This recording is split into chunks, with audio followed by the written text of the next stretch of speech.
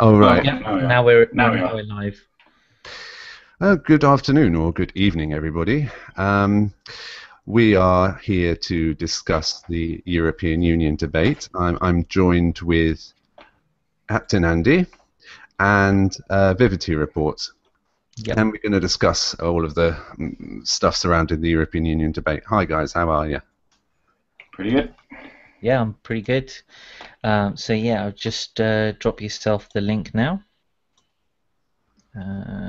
So sorry about that.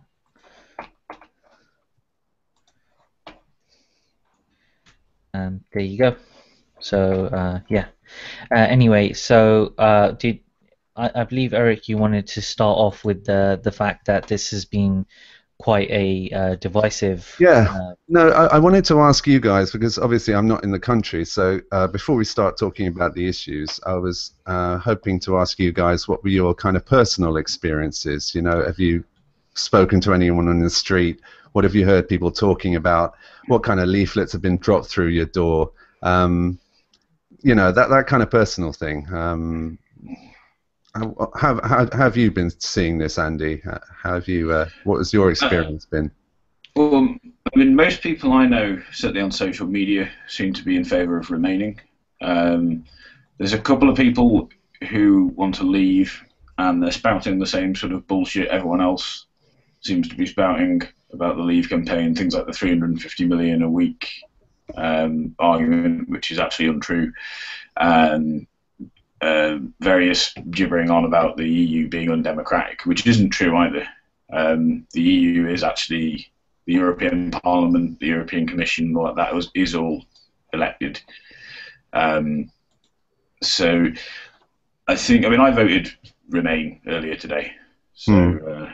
And I mean, uh, not so much about your experiences on social media, more yeah. about your experiences in your local area, and you know, if you've heard Mm. people talking, and you know, the bill posts or the signage and the stuff coming through the door, and your neighbours chatting, and Yeah, what's the your experience?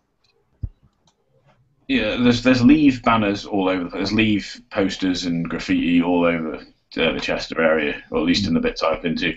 I don't think that necessarily counts for much. I just think it means that people like that are much more kind of um, sort of keen to shove their opinion down everyone's throat, maybe, or people like that are so much more Hmm. proud of the fact that they're going to vote Leave. I think with those of us who are voting Remain, we're more just doing it because we see it as the most practical thing to do. I don't think we're unabashedly proud of it, so we don't Yeah, feel need to put yeah. banners up.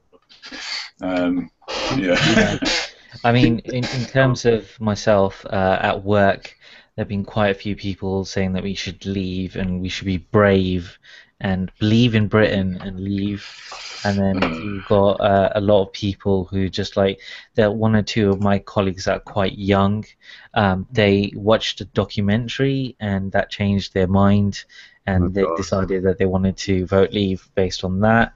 And there was a whole bunch of advertising and other things, which has obviously resulted in like a greater polarization on, things like immigration and stuff. People have just gotten a bit out of hand, really. They're just getting a little bit too caught up in the whole immigration rhetoric, blaming immigrants for a lot of things that are really more bad policy rather than immigration.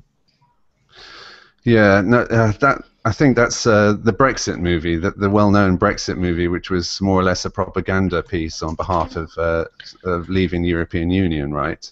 Yeah. Yeah, I mean, to think that people could be taken in by that, that's really quite disappointing. But you know what actually interests me, and I'm playing a little bit devil's advocate here, but I think there is some truth in this, is the sort of working class, middle class, perhaps divide with. Yeah, I mean, you guys are probably familiar with this kind of idea or this theory, and it runs along the lines that you know, the left or the Labour Party, if you will, has kind of like lost touch with part of its base, and that they are being sort of attracted by what we would previously consider to be a sort of more of a right-wing message, and that's something to do with jobs, and it's something to do with migration? Well, I think the actual thing, the theory is that because the working classes are greatest hit by things like globalization, they have to deal with the greatest amount of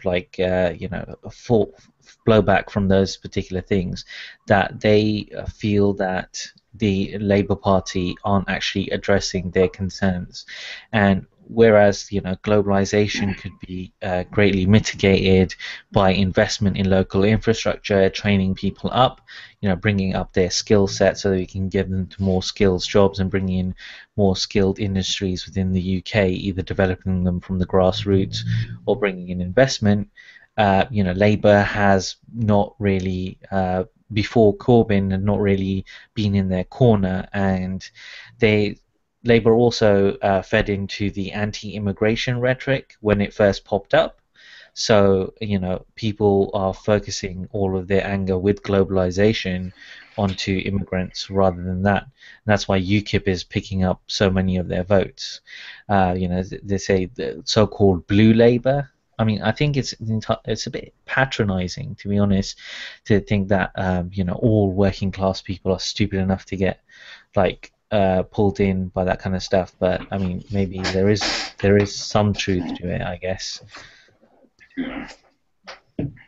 What do you think, Andy? I mean, I find seen that. Yeah, I find the phenomena of the working class conservative to be an interesting one.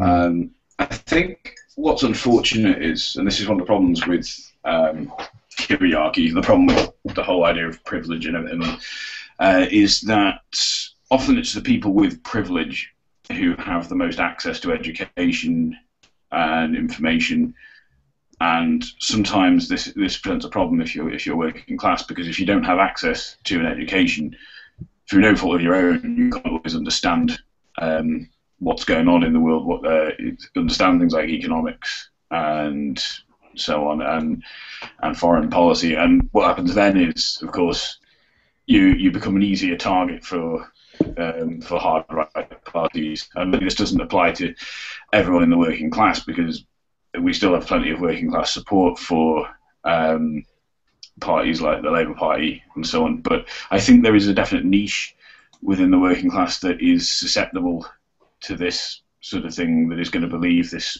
sort of lie that it's immigrants who are causing them to lose their jobs, or to causing them to lose their benefits or whatever. And yeah, that's an unfortunate. I don't know what the word I'm looking for is self-perpetuating thing, aspect of privilege and disenfranchisement within society.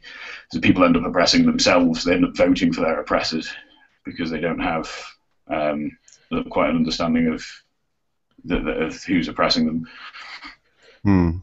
Yeah, I mean, and people like Tristram Hunt, who's saying that we should copy UKIP's rhetoric in order to get more working class people on side. Well, the fact is that these working class people don't particularly trust Labour to do those sorts of things in the first place. And also, another one of the things that all these anti-immigration parties keep banging on about, none of them actually talk about the fact that, as a direct correlation of increased immigration, we've also seen decreased funding for all the departments that are supposed to, process these immigration claims, and then people get left on the system for so long that eventually judges will have to rule that they can't be sent back home because they've settled here. So if these anti-immigration movements were more focused on getting those kind of departments funded and making sure that these things were processed efficiently so that we'd have less people staying here, then I'd be more sympathetic towards them. But at the moment it seems they're primarily focused on the xenophobic and racist sort of angle of the anti-immigration side of things. So But that's definitely something that I wanted to talk about. I was going to ask you if you saw this whole campaign as being anything more than being basically a referendum on whether we want more migrants or not. Because it seemed to me that this was a feature of Brexit's, the Leave side's campaign, if not the main feature. And I wonder whether people went to the polling booths actually thinking in that way. What are your thoughts on that? Andy, if you want to go first. I think you could be right there. That does seem to be the way it's divided. I do think a lot of this desire to leave isn't motivated by facts and figures. I think a lot of this, if it were, we'd have seen some of those facts and figures. All we've seen is made up nonsense like the 350 million quid a week argument. I think a lot of this is just xenophobia. It's fear of immigrants. It's fear of things that are foreign in general. It's a certain jingoism, a certain desire for, or fear that our national identity is lost unless we go it alone. I think it's mainly those sort of mentalities that are motivating people to leave. I think if there were good reasons to leave, the Brexit campaign would be telling us what they were. Yeah, I think what happened was that David Cameron before the last election had a lot of his own party fighting against him, because they wanted to leave the European Union, and in order to keep his party together, he put this proposal forward, like this, hey, let's do this, have a referendum, because people haven't really thought about these sort of things for a very long time, people, and there wasn't a coherent strategy as to what we were going to do if we left the EU. So, then no one would say these are the steps that we're going to take after we leave the EU. The only recourse was to go the xenophobia route. Like the simplistic, if you vote out the EU, then you'll have less Muslim immigrants or whatever. And that's kind of what worked for them. But in truth be told, it's a bit. If it had happened a few years further down the line, I think maybe there might be some more coherent arguments to leave the EU rather than just, it's just the immigrants, just blame them for everything. I mean, it's spectacularly backfired if we look at it. I mean, this is maybe a slightly cynical way to look at things. I mean, the death of Jess Phillips was very, very tragic, but that happened in that particular moment. That actually might have flipped the whole vote. What do you think about that? Well, Jo Cox actually getting killed, that did actually, a lot of undecided people that were maybe on the fence probably realized the kind of toxicity from this campaign, kind of like just the toxic nature of, just focusing on immigration and xenophobia rather than having a coherent argument to leave the European Union, and then maybe they would have changed their sides. But I saw a lot of people both on Twitter and on Facebook saying things along the lines of, let's not politicize this. I saw this on the Guardian comment section. It's really disgusting how Jo Cox's murder has been politicized. We should focus on the actual issues rather than getting swept up in emotion. So I'm not entirely sure how big of an impact that it had overall, but for undecided people, I'm pretty sure that might have had quite an impact. Yeah, what do you reckon, Andy? Yeah, well, the thing with her murder is, I've noticed this thing which frustrates me a lot, is people will always complain about something being politicized when it doesn't work for them. Yeah. Whenever someone brings something up, it's like this, which I think is an important issue. People say, oh, you're politicizing it, or you're using it, but they won't do that. They only ever apply that to the people who, with a kind of political message they don't like. I don't see them applying this standard to themselves. I have noticed, like, from the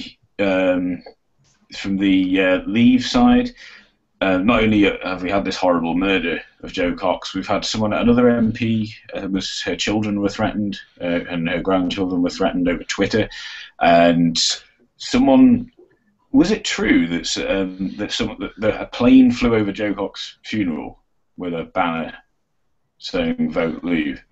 I don't know how true that was. If that was, I didn't hear about that.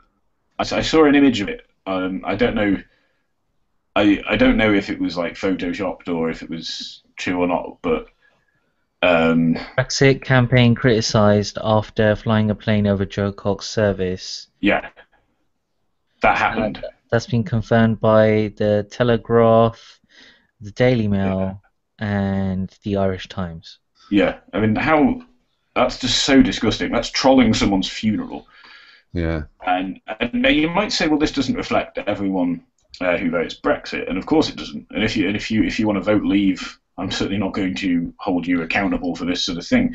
But why is all the hate and threats and actual violence, actual killing coming from that side? Yeah, it was quite interesting because in the early days of the campaign, it was the Remain side that were being accused of using Project Fear tactics, and the way it kind of ended was it started to become a consensus, which was very dangerous for the Brexit people. Well, it turned very negative for them. The Project Fear was actually associated with them rather than with Remain. Yeah, the thing is, the problem is we don't have a coherent strategy to do a Brexit. I mean, I'm sort of against the European Union normally, but I realize, over the course of learning a bit about the issue and doing my own research, that if we actually leave the European Union, it gives the Tory party complete carte blanche to repeal all our employment legislation. They get to decide what our new human rights bill is going to be. And for people that are very much in favor of capital punishment, like Michael Gove, do we really want to trust them with something as important as writing our human rights bill? Yeah, for sure. Actually, you mentioned capital punishment and Michael Gove. For some reason, I thought of corporal punishment and I just thought of him with a cane in his hand and whipping someone with it. But perhaps that's the Tory party and their history of Yeah. And on top of that, they're also really anti-unions, and workers' rights. They just basically want to have a race to the bottom where people get paid the least amount to do really horrible, hard, long hours, and that they'll have nothing stopping them from doing that. And think about the horrible stuff they've done to disabled people without them being held to account. They can just go ahead and privatize the NHS like they want to. TTIP, didn't David Cameron say he wanted to put rocket boots on the TTIP negotiations so they could go ahead faster? Like he wants to. The Conservative Party will definitely sign the TTIP agreement if we stay. I mean, it's kind of a bit anti-democratic to say that. I mean, but at the same time, we can't let them. We can't let them make poor people suffer, and we can't let them, hurt disabled people more than they have been doing so far, and workers' rights as well.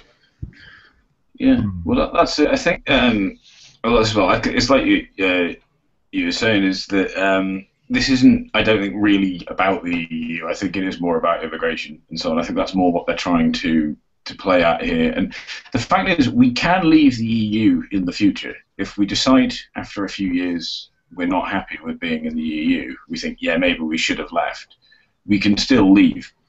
That can still be done. We don't have to do it through a referendum. We can leave through an act of parliament. However, the same is not true if we choose to leave now and want to go back. That's a lot harder, because if we want to go back, we've got to get the approval of every single country in the EU, and I've no idea how we go about doing that. Yeah, no, that is notoriously difficult. I've seen some nation states in former Yugoslavia being forced to jump through all kinds of hoops. And okay, the UK isn't the former Yugoslavia, but you have 2 or 3 countries that are in the EU that have it in for you. They're going to make it very difficult. And I think if we think back to when the UK first wanted to join the European Union, or the European Economic Community as it was then, de Gaulle actually was doing that to the UK. He stopped the UK from joining the European Economic Community. I think it was twice two applications. I can't remember, but I think it was 2 applications were turned down, and the UK had to wait years until they could actually join. So what you say, Andy, has got basis in fact. It's actually happened to the UK before. Yeah. Yeah, and also the fact that Jean-Claude Juncker actually said that if we did a Brexit, that they would make the climate very, very inhospitable for us economically. So, I mean, if that's a European Union is a large economic bloc, they could like really mess us up with tariffs and stuff like that. On top of the fact that what did they do with Greece? I mean, they completely ruined Greece just for their own like maintaining the kind of austerity measures that they have across the region. So I mean, I don't think they'll have any qualms about wrecking the British economy if it comes down to it, just so that they don't get the knock-on effect of other countries leaving as a consequence of Britain leaving. Because if Britain leaves and becomes economically successful, then that's going to hurt the economic project of the European Union. And when we leave, we're not in the position where we can stave off any kind of sustained economic attack like that. Yeah, that was another aspect. Economics. I think the Brexiteers failed pretty miserably when it came to actually finding sort of economic evidence or people from business that actually supported exiting. I'm talking about senior figures. So, but how useful do you guys think that the Remain side support from business was, or was it actually counterproductive? Well, Andy, if you want to go first. I'm on the fence, to be honest. I'm not really sure. You can go first, by all means. Yeah, I personally think that the Remain side hasn't been as strong as the Brexit side. There's been a lot more money involved in Brexit than there has been with Remain. Oh God, it's such an awful word, Remain. And there's been a lot more effort to push the Brexit side of things, because obviously there's certain people that want that to happen. But yeah, I mean, I think that the actual Remain side of things hasn't really had such a strong campaign. They've done some things, but they haven't been as loud or as visible as Brexit. So I couldn't really judge 100%, to be honest with you. So Brexit has been sort of the people, in inverted commas, and Remain has been the kind of elite, right? Would it be fair to characterize it that way, or as public perception? Well, that's a public perception, but at the same time, it's sort of like Brexit Remain hasn't actually like put as many it hasn't been working as hard to get its message out there as Brexit has. They have obviously done a Twitter campaign, they've done some leafleting, and they've done a few ads, but they haven't done anything on the same scale as Brexit. So it's like it's not their message is not as well heard. I mean, you guys mentioned Tristan Hunt, and I don't know if you guys saw reports, but I saw him in the middle of Stoke-on-Trent, and he was campaigning. That's his constituency. And there was a former Labour guy that was campaigning on behalf of Brexit, and they were standing next to each other outside of the Potteries. I don't know if you guys are familiar with Stoke. It's just the shopping centre in Hanley. And he just looked so out of place. He was sort of toffee-nosed and trying to explain in his posh accent. I mean, hypocrite that I am, but trying to explain to with his posh accent to all of these ordinary folk. And then you've got this other guy who actually understands the people, or at least there's a perception that he understands the people and speaks to them in a language that they understand. And there just seems to be that distance that between the two campaigns, that one is more of the people and the other is more of the elite. And this even goes down to the way that each side is campaigning. It's not just their public perception, but the actual way that they're campaigning. I mean, that's my perspective. I wasn't actually in the UK, so I mean, tell me if I'm wrong. Well, I mean, Tristram Hunt, I have problems with him. I mean, he didn't he just say that, you know, the educated, like the educated upper class people in Labour really need to show the proper leadership to the rest of the party, and he was very disparaging towards Jeremy Corbyn. I think that the problem with some of these people is that they're just like helicopter MPs, unlike MP Jo Cox. You know, there's a lot of these people that are just there for a job, you know, for whether it's for personal notoriety, future power, or future employment opportunities. They're just doing this is just like a job to them. They're not really that interested in like making a positive change in England. They're just there so they can become successful and hopefully get a really good job out of it when they leave.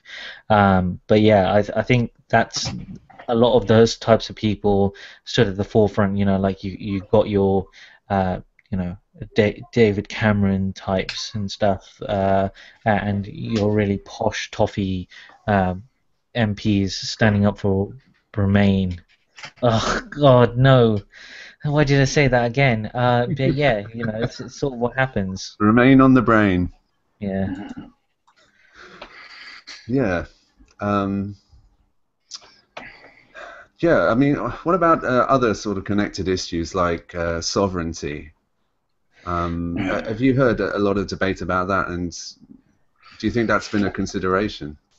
Well, a lot of people have said that we'll have greater control over our destiny if we leave rather than if we stay. But I think, well, I'm not sure exactly how true that is. Yeah, what's I it even mean, yeah. Greater what our destiny. Yeah. Well, I mean, the thing is that the Tories are in charge. I don't want the Tories to be in charge. They probably didn't even legally win the election, you know, especially with that scandal that came out recently about the, you know, improprieties with the, you know, general election to be investigated by the police for, you know, like dodginess that they've been doing. But yeah, I mean, do we really have control over our destiny? It seems like a very small elite will have a complete and utter control over our future, regardless of whether we remain or exit. Yeah. Yeah, well, what I was going to say was that if we do end up leaving, I think we absolutely need to demand a general election, because if we are going to go it alone, we need a better government than we've got now.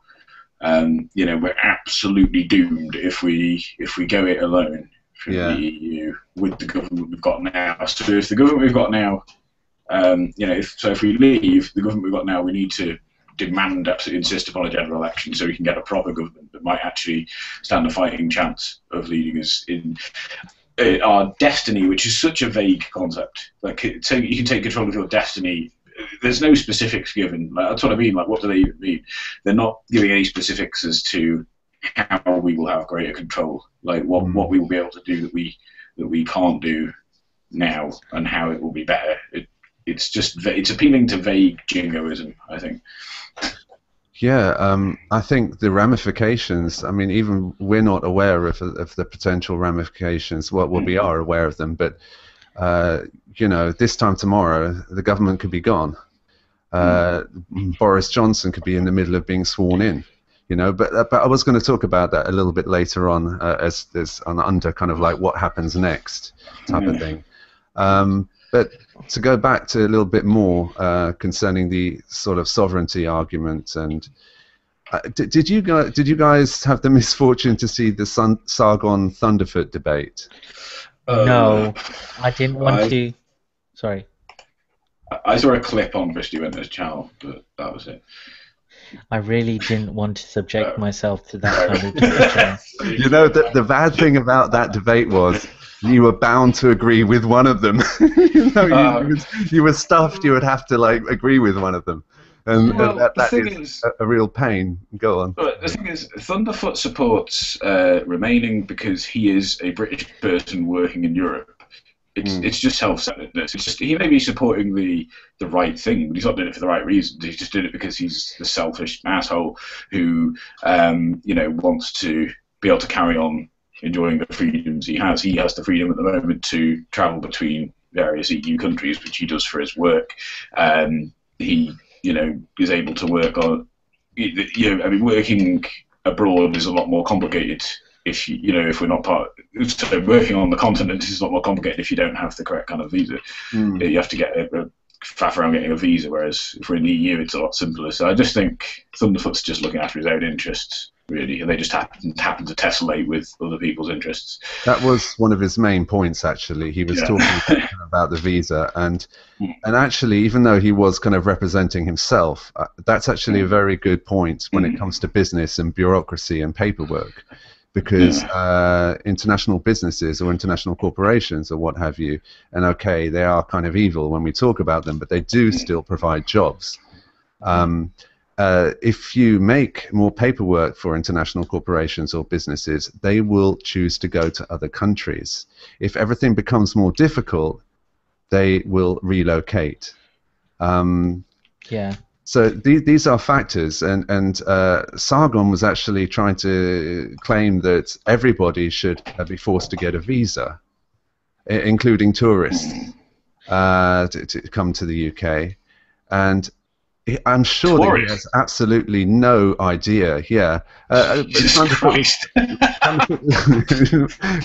it, and Thunderfoot was actually saying, well, you do realize this will be reciprocated. I mean, that's one of the most basic ideas of economy. It's when you do something to other countries, you have to assume they're going to do the same to you. And that's sort of covered with protectionism. Quite often people talk about protectionism as if it's a panacea, as if it can solve everything. And it can't, because what actually happens is the countries that you're dealing with, in other words, the companies that export from the UK, in our case, they will lose jobs because taxes and tariffs will be put on their goods in other countries in the same way that we're doing that to protect our own industries. So these are all factors that have to be sort of considered when you are making these types of decisions. There's never any single one answer, and certainly the idea of making everybody have to pay for a visa to come to the UK. A tourist, God. Yeah, as a tourist, I mean, this is something that you have to do to get to the UK if you're not in the European Union. And okay, if you're from the US, then that's also not a problem. They've got some kind of reciprocal agreement.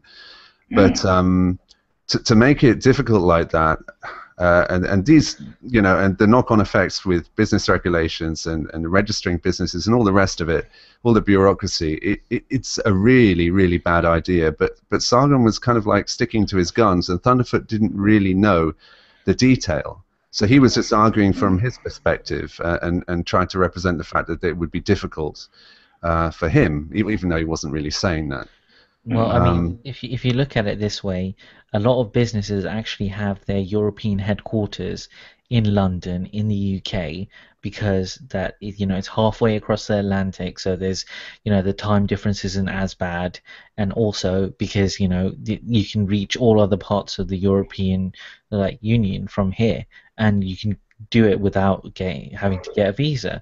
So if we remove that, then those companies have no longer got any incentive to remain within the UK, and they can move out. They'll move elsewhere where maybe people speak English as a second language, but they can still get that. They'll move to France, I guess. I mean, that'll make Boris Johnson very happy. Yeah, exactly. So the other thing that Thunderfoot was talking about, which I suppose has got a little bit more sense to it, although this is hardly the deciding factor, but this is an issue. He was talking about science, and he was saying how apparently the UK wouldn't qualify for, certain funding from the EU institutions that they are now entitled to, and they get over and above the amount that the UK would provide for British science. So British science would suffer as a result. Yeah. And okay, that's a factor, but that isn't really, and from his perspective, it's an important factor, but that's really hardly, a deciding factor. He is correct about it, though. The funding for science and I suppose for academia in general, would definitely be affected if we left the EU. I think Sargon won't think about that because Sargon has no respect for academia at all. Yeah. The difference with Thunderfoot is he has respect for academia as long as it's an area of academia that doesn't contradict his prejudices. Yeah. This is why he rejects the social you're sciences, but respects the physical sciences. But he even will compromise on the physical sciences here and there if it doesn't fit with his prejudices. So that's where you're not going to get quite as clean cut. Like with Thunderfoot, he's ultimately going to go, yeah, I'm going to go with Remain, whereas Sargon doesn't give a shit about academia at all, so he's just going to be like, no, not even an issue. Think if I remember correctly, before starting his YouTube channel, he was unemployed. So yes, he was. Right. There's a factor that might be that he's not really worked in like those kind of industrial sectors that would be, affected by a sort of Brexit, because he's not actually worked in those sort of industries. But yeah, the thing is, with Sargon, he's just an ideologue. I don't think there's any real substance behind anything he says. And to a certain extent, the same thing could be said of Thunderfoot, although he does occasionally make the odd decent science video. It was actually quite, well, I wouldn't say touching, but it was actually quite human, let's say. I think it was about halfway from the end. I did actually brave all the way through. Well, maybe I missed the very end. But Thunderfoot kind of asked Sargon and said, well, I got absolutely panned for that video that I made. And then he said, why do you think that people were against what I had to say? And he was actually genuine. He really didn't seem to understand. It's almost as if he really believes this free marketplace of ideas, and that the reason why people like what he's saying is because his ideas are the best. So when he gave us the benefit of his ideas on this particular subject, he was genuinely shocked. He thought that he possesses the best ideas and that people would be persuaded by them. And Sargon said to him, it's a very top-down view. And, that's kind of code for a number of other things. Of course, what they really should have been talking about was basically the people that actually watch their YouTube videos. They need to talk about the constituency of people that are watching their YouTube videos, and then to look at it in that context. And Sargon has got a much better idea of the people who are watching his videos, while Thunderfoot seems to have stumbled. I say stumbled, not really, but he doesn't seem to have much idea of his constituency, and he seems to genuinely believe it's because people can appreciate how clever he is and that his ideas are better than everyone else's. Oh dear. And it shows an incredible naivety, and that's why I say it's almost touching in a stupid way, Yeah. Oh, the poor dear. Yeah. Well, that's the thing. I think the thing with Thunderfoot is he started off doing scientific videos on YouTube years ago, and a lot of people used to like him. I used to subscribe to him back in the day. It seems unimaginable now that I was ever subscribed to him, but because back in the day he didn't try to talk about social issues, he just did science videos, and I think that's what built him a crowd. And I think he wrongly believes people like him because he's a scientist, or like I think with Sargon, he kind of jumped in a bit later once the kind of anti-social justice thing started, and he's just sort of come in. So the stuff Thunderfoot makes now is so academically, like, what's the word I'm looking for? It's devoid of any academia that anyone can do it, and anyone does do it. Like Sargon does it, Teal'c does it. Any fuckwit could do what Thunderfoot does now, but they couldn't have done what he used to do. And I don't think Thunderfoot realizes that people don't really appreciate him for being a scientist. They appreciate him for being someone who confirms their prejudices and who gives some sort of appearance of validity to their prejudices. But I think he still thinks that maybe people appreciate him as someone with a PhD, which they don't. Yeah. I feel a bit bad, for being a bit mean to Sargon and Thunderfoot. I'm sure they human beings with feelings and stuff. But feelings are for losers. Only losers have feelings. yeah, Only losers and SJWs have feelings. There is only reason. yeah. There's only reason and logic, and that is it. We should all aspire to live like robots. Yeah, but I mean, okay, they do deserve to get a little bit of sledging for that, but at the same time, you know, they are wrong, and a lot of people have to deal with the backlash from the kind of you know, like toxic stuff that they spew on the internet. But at the same, I mean, deep down there must be people, you know. That I mean, you know, Sargon probably doesn't bleed black ink, you know. He probably bleeds blood and stuff. And, I reckon his body is fueled by a toxic sludge that just courses through his veins. I don't believe he's from this planet at all. Okay, well, that's enough character assassination. Let's return to the issues. So well, I say return to the issues. I'm still talking about the Sargon Thunderfoot debate. One of the bones of contention for Sargon is the European army. Do any of you have a view on the European army? Because this was something that was very, very big for Sargon, a huge bone of contention. Well, I mean, has there ever been like an instance where the European army has intervened in British, you know, military affairs? Well, at the moment there isn't actually a European army, so to speak, but there are officials who Sargon was citing, that the Juncker geezer or somebody who is a high-level European official. Jean-Claude Juncker, yeah. Yes, he's talking about. Yeah, go on. He's a bit of a slimy character, Jean-Claude Juncker. So there are a lot of the Jean-Claude Juncker types within the European Union, but at the end of the day, you kind of have to work with these people and collaborate with them on certain things.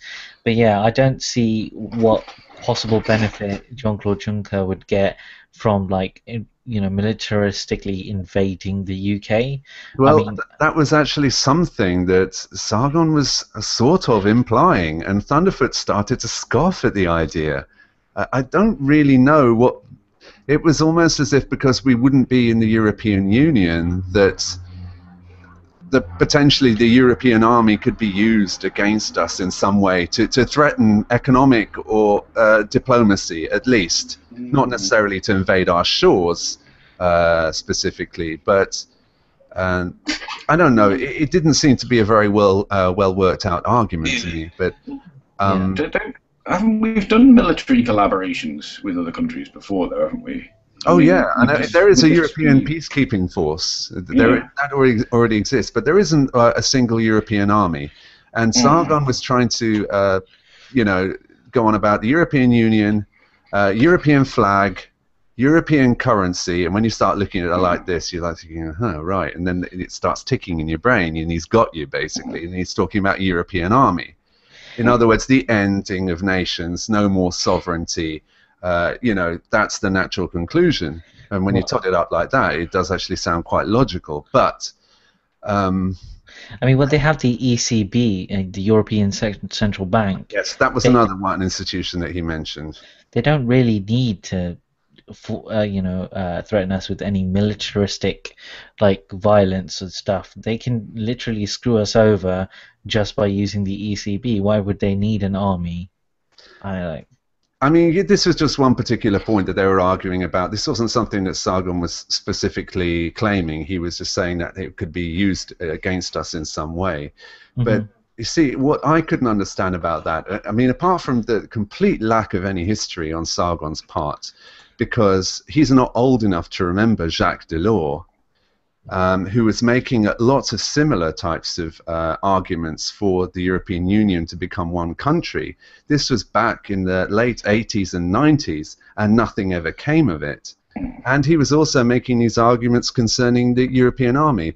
Of course, Thunderfoot didn't answer any of these points that Sargon was making.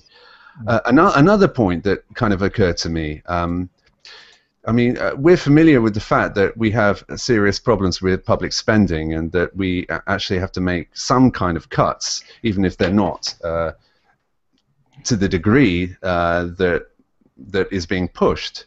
Mhm. So, you know, where are the places that we can make cuts in? I don't know if you guys can see the way I'm sort of signposting this, but Yeah, I think a lot of money is spent on pensions. That's one. yeah, And the other one is defense spending. Now, I wonder how we could actually potentially pool our resources together and reduce our budget on defense. I wonder how we could possibly do that and spend money on other public works programs in health or education or those other good things. I wonder how we could do that.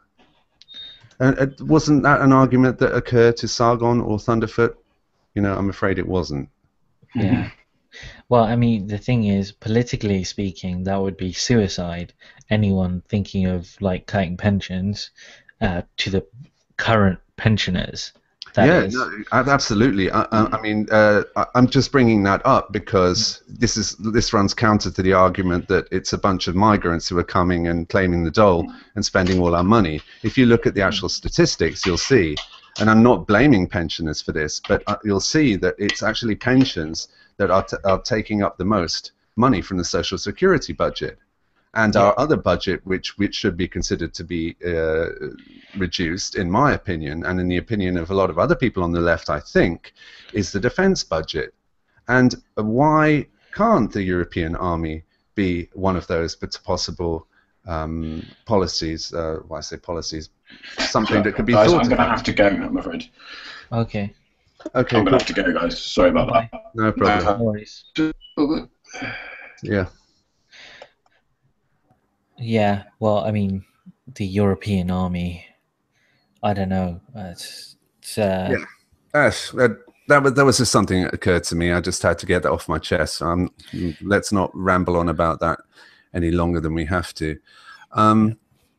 So, what do you do? You have like a prediction about what you think is going to happen? Well, I think that it's going to be, if it is to remain in the European Union, if that's the outcome, then it'll be a very small kind of like pro remaining in European Union kind of vote. And if it's to vote for Brexit, it will be by a very small margin. I think it's going to be kind of close. It's going to be like the Scottish referendum, so it's going to be very close. It looks like it might be we might end up remaining in the EU, but at this point in time, that would be like an optimistic thing to say, especially as you know the Brexit campaign has gone overdrive in the past couple of days. You know, Boris Johnson making so many appearances, and you know, so much stuff being said on television and news and radio, and just basically being inundated with so much stuff that a lot of people are getting. What's it? Brexited out. Was it? We're just getting worn out with all this coverage. So, but I don't know if it is decided, it'll be decided by the people who don't really know, and they'll probably. I would hope that a lot of people who are unsure would probably vote to stay in, though I could be wrong. Famous last words. Yeah, I mean, I think the final opinion polls seem to suggest that that the inners are kind of winning this slightly. So I think it would be surprising if we wake up tomorrow, because we won't hear the result until tomorrow morning or even tomorrow afternoon if it's really close. But if we all wake up tomorrow morning and find out that we've left, that will be quite a shock to the system, I think. I think I might be physically ill. I might have to, like, I haven't had a single sick day the entire year, but I think if that happened, then I'd probably have to call in ill to work. That would be too shocking. Yeah, I don't suppose it would be too great when you see people at work sort of celebrating it. You know, it would be rather awkward. They don't understand. That's the problem.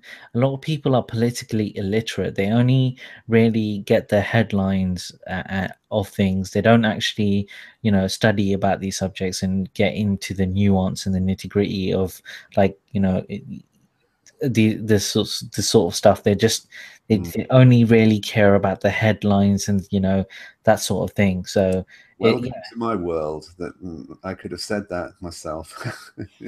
It's depressing if you care about things.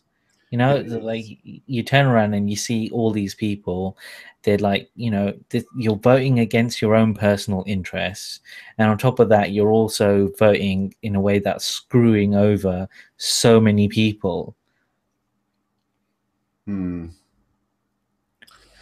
So, I don't know if you read any of the analysis. I mean, the last I read really was a couple of weeks ago about the potential scenarios.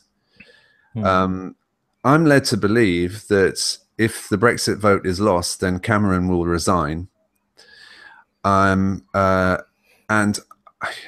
you know what? From what I remember from my politics knowledge of the past, this will mean that there will be a vote amongst Conservative MPs as to who will succeed David Cameron as the Prime Minister of the UK. Which is highly undemocratic.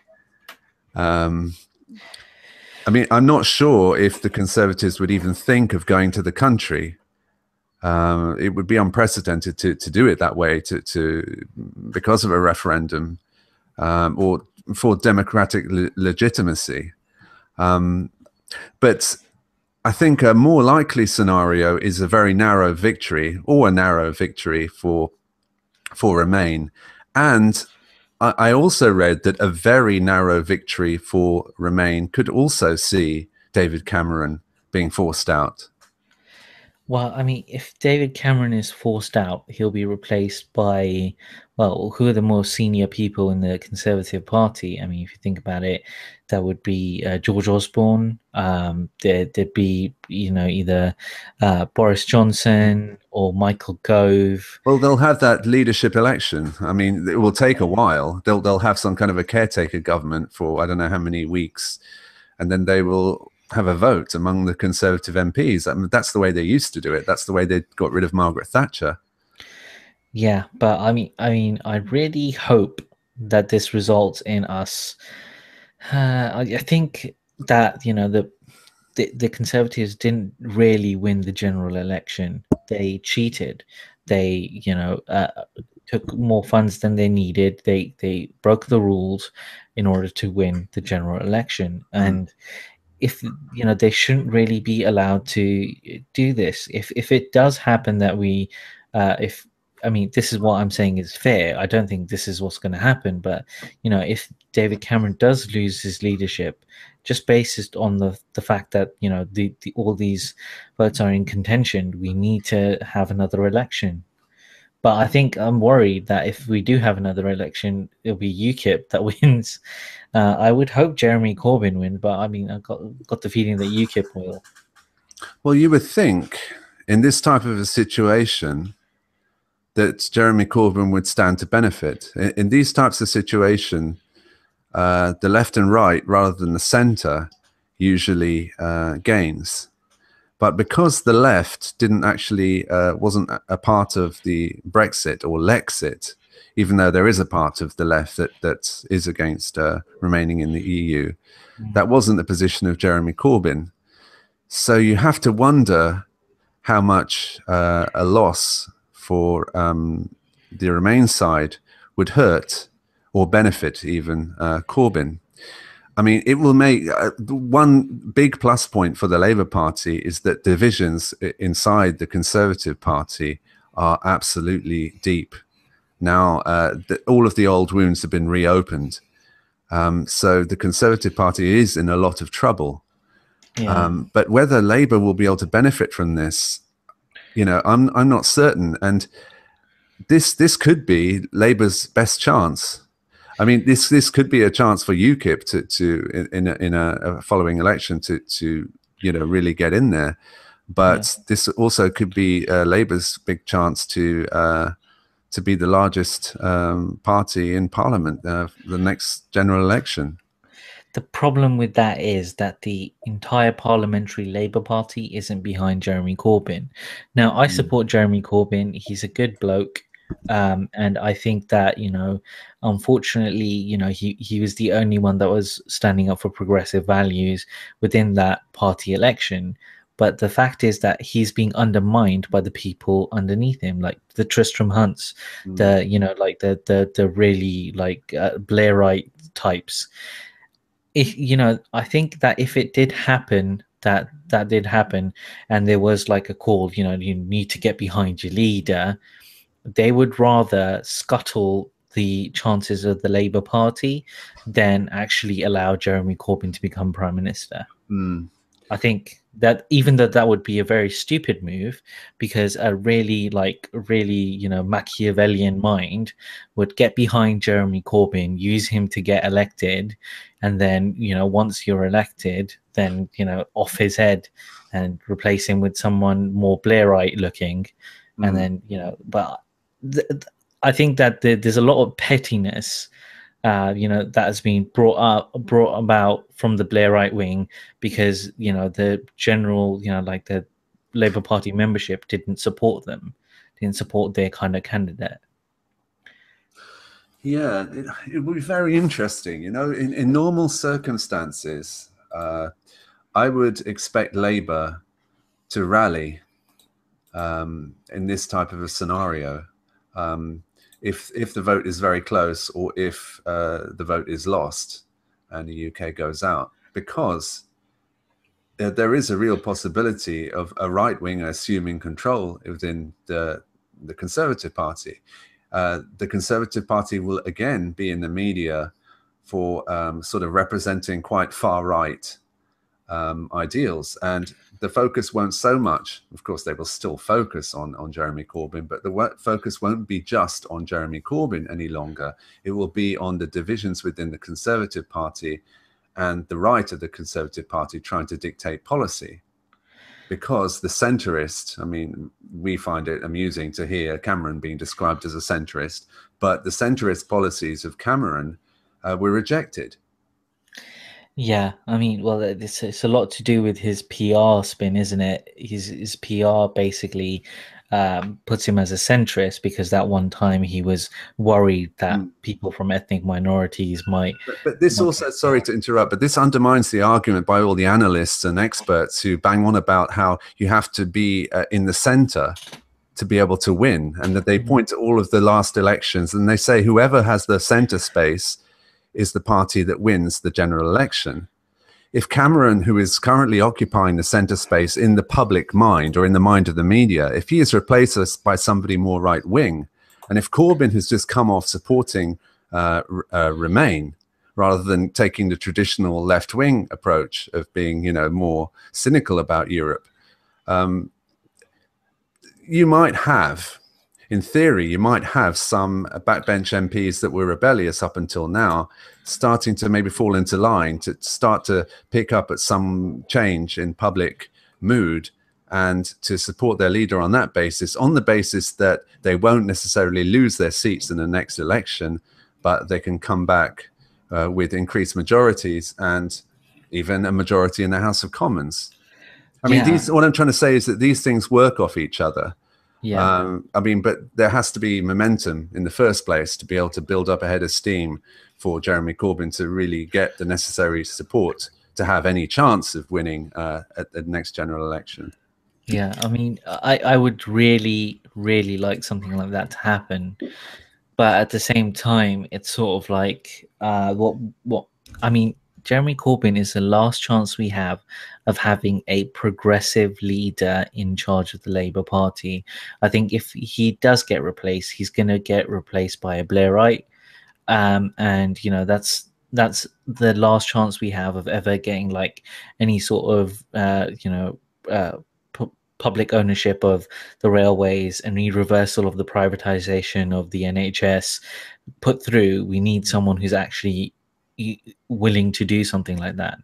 And yeah, I don't see anyone who could replace him. So I really do hope that kind of happens. But I mean, the what I've been reading and the kind of stuff that's been going on, I'm kind of skeptical that something like that might happen. I want it to happen, but I'm not sure if something like that could actually happen. It seems like science fiction to me, unfortunately. That people would do the decent thing and the right thing seems like science fiction. No, you're right. I mean, this has been going on. This campaign against Jeremy Corbyn's been going on for too long now. It's not something that can be reversed very easily, if at all. But you know what's happening with this referendum is a bit of a game changer. So it will be interesting to see what what influence it's going to have on unfolding political events. I mean, like I said, this time tomorrow, Cameron may be gone. I mean, it's going to be like, wow, I mean, it's not really likely to happen because the chances are Remain will win. But it's pretty serious stuff. Yeah, and I genuinely hope that there can be some sort of positive outcome on the back of this, but I remain skeptical because I'm becoming increasingly cynical because of the fact that things don't seem to work out positively in these sort of situations. We have to kind of like plan for the worst possible scenario. Well, you know what they say, scratch a cynic, maybe that's your problem. Yep, scratch a cynic, find a romantic. I think I know where you're coming from. Yeah, I mean that's okay, fair enough. But I mean that's the thing, though. I mean, you kind of you have to be a bit realistic about these things sometimes. And the best, I mean, if the worst thing does possibly happen, then I think I need to try and find a job where I can get more free hours so I can maybe organize and demonstrate and like actually go out there and try and make a positive political change, because I don't really want to see disabled people not being able to afford to eat and stuff like that. Yeah, for sure. Have you got any other thoughts about the whole debate, or about experiences that you've had that you would like to share? Well, I mean, I think it's been an entirely very toxic, very polarizing debate that's been waged here, and the kind of things that it's brought up. It's going to scar our political landscape, and in a way that isn't going to be healed in any time soon, especially because beforehand, people were afraid to say certain things, but now they're more open about being bigoted, about like spreading hate and xenophobia and just like this like really toxic atmosphere. Whereas before, things might have been a little bit more settled down. There might have been room for things like nuance and like a sensible discussion. I think that's gone. That's out of the window now, because things are becoming so polarized that there isn't any room for like a more nuanced debate. I mean, I'm sure there's much more nuance to the Leave kind of like their argument, but it's completely gone because it chose to focus on such a toxic and negative kind of campaign. And similarly, I mean, there's so much that we could have done, that could have been done better if David Cameron actually delayed this referendum for a year or two rather than doing it straight away, right after his election. Because I mean, this certain things have bolted that aren't going to be put back, and that's my worry, because the far right are going to continue to be emboldened within this country. I've seen like posts where Britain, people who support Britain First has said stuff like, I'm glad Jo Cox got killed because she would have let migrants into the country to rape everyone and murder everyone, so this hero killed her. This is just really nasty stuff like that. It's just like my whole thing is that I try to be nuanced, even though I do have a very specific, very political opinion. I have a very specific political outlook, but I try to try and see things from another person's point of view as much as my capacity will allow. But at the same time, it's like within this particular debate, are we left with any sort of room to do stuff like that? Yeah, it's a good question, and when you look at it like that, it is kind of rather depressing. But I don't know. You know, at the same time, I think that when Jo Cox was murdered, and we've seen a number of people, officials from the Brexit campaign, sort of resign or criticize, you know, the hateful aspect of the campaign and so on. And we've seen the newspapers sort of backtrack on their previous positions to some degree. I think that there is a body of people in the UK that kind of push back, even those that don't necessarily support counters the left. You know, the political centre, even the left side of the Conservative Party, have got some decency about them, and they don't really like. Well, they don't really like. I mean, they don't tolerate far right ideology, and so I think we have seen a bit of pushback. I mean, you haven't, or do you not dare to believe that in some way? You sort of. I hope that that it is true. I mean, you can clearly see that certain members of the Conservative Party have said, okay, this is too much. You know, you've got certain journalists are saying, okay, this is going too far, but is it enough of the establishment to actually make a long-term difference? And you know, the forces like Britain First and the far right within the UK, they've been emboldened in such a way that, you know, can we, you know, win back that ground that, you know, was previously, you know, like things that we had, arguments that have been previously won and we had buried, have been redug up, you know, things that have already been, like, we've already established that people are human beings, you know, like, you know, there's some good people, there's some bad people, but now we've gone to the point where, you know, like all immigrants are bad and evil and stuff, rather than going, okay, so there's a mixture of people, and the, you know, like we sort of gotten to the point where people are forgetting that there is a certain degree of humanity to the kind of people that they want to denigrate. But yeah, I don't know. I hope that things might get better, but at the same time, I kind of I I'm, I find it really hard to be optimistic, you know, because the toxicity has been so much louder than any voice for reason and calm. You know, it's far, those voices have far exceeded it, and I was really upset at the death of Jo Cox, and I feel really bad for the children that she's left behind as well.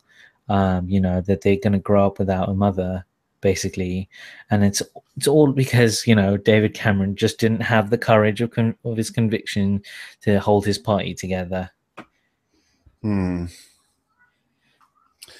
Well, on that negative note, I think we'll leave it there, unless you've got something else you'd like to add. Well, I'm kind of like emotionally exhausted. I'm sorry for being a bit of a drama queen. No, but perhaps we shouldn't have ended on such a negative note, but that's probably my fault for asking that kind of question. Yeah. Of course, if the UK remains, and if if I don't know. Yeah, I think we've covered all of that basically. Yeah, apologies to the people that are viewing this video. I didn't mean to bring it to that level, but it's just, we have to be realistic sometimes. You know, a lot of us on the left are accused of being like pie in the sky optimists, where, you know, it's like that's not the case for all of us, though. It isn't. It isn't. Yeah, I'm actually quite realistic, but I do believe in you know, things like momentum, and I do believe in sort of game changers. But it's as I was saying, if we're talking about left-wing politics, and if we're talking about Jeremy Corbyn and so on, it's been quite a long time that he has been subjected to a negative campaign. So if we're looking at it in that context, you know, this debate, no matter what the outcome, isn't going to be enough to help Corbyn to any great degree. So, and yeah, as you were saying, if anything, this debate has kind of poisoned the atmosphere within the UK, rather than actually educate people. But yes, again, on that miserable note, I think we shall depart. Yep, I'll stop the broadcast now.